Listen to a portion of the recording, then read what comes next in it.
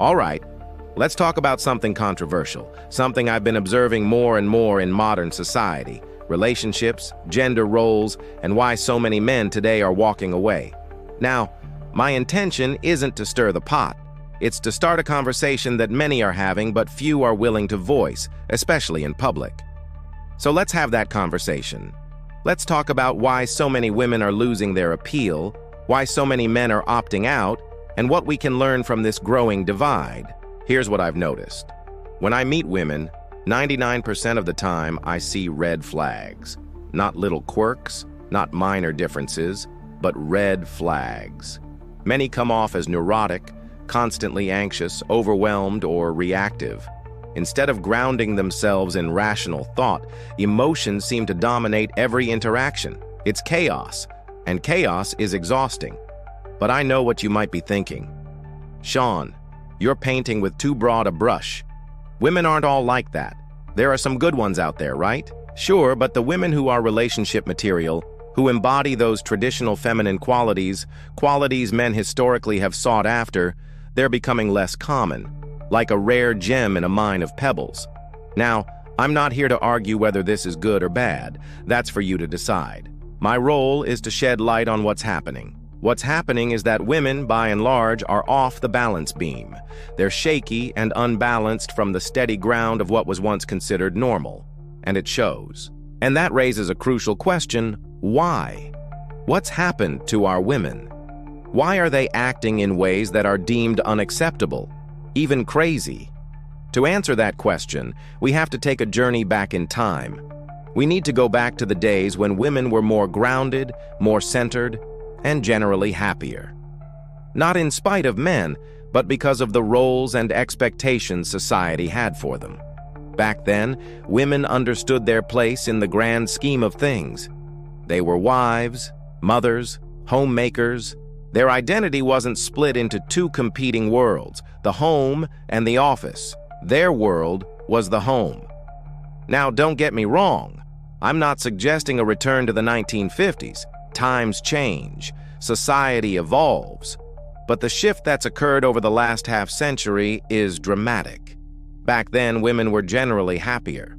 Today, they're often lost. Why? Because they've been pulled in two directions at once. On one side, the feminist movement, which rightly challenged societal norms and opened doors that were previously shut to women. On the other side, the biological reality of their nature. You see, a woman's nature drives her towards nurturing, towards creating a stable home environment. Her instincts lead her to seek community, connection, and continuity. Continuity in the sense of raising a family, maintaining a household, and passing on traditions. But how did society respond to this internal conflict within women? Well, they were told to ignore it, to push through it, to rise above it. They were told they could have it all, be a devoted mother and a high-powered corporate executive at the same time.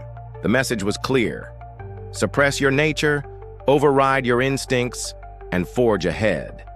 In theory, that sounds liberating. In practice, it's often impossible. You see, the human mind and body only have so much energy to give.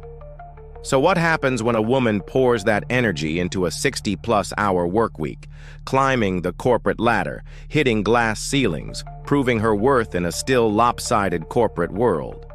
She returns home, if she even has a home to return to, physically present but emotionally absent. She's not the nurturing, attentive parent she wants to be, and deep down, she knows it. She might not be able to articulate it, but she feels it in her bones. Something is missing. Something isn't right. And that feeling manifests in a myriad of ways. It comes out as anger, defensiveness, or bitterness. It festers into resentment.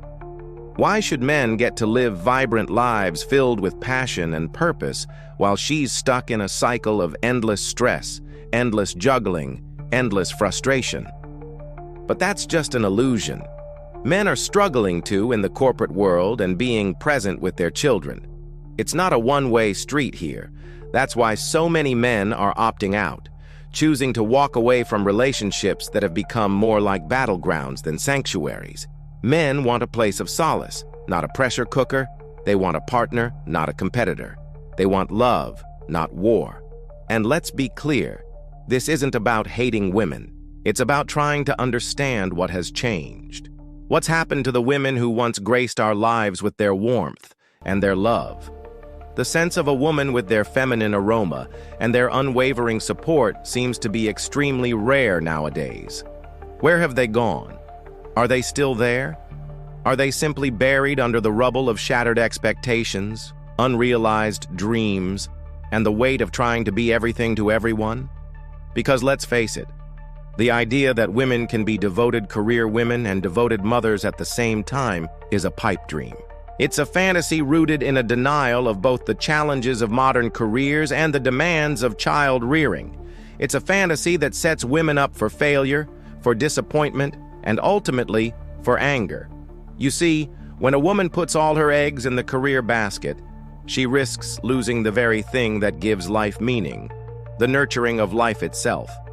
When she spreads herself too thin, trying to balance a demanding career with the equally demanding role of a mother, she risks becoming deeply unhappy. Now, I know someone might say, Sean, you're living in the past. Women today are stronger, more resilient. They can handle it. Yes, they can. But handling it and thriving are two different things entirely. A woman can handle a divorce.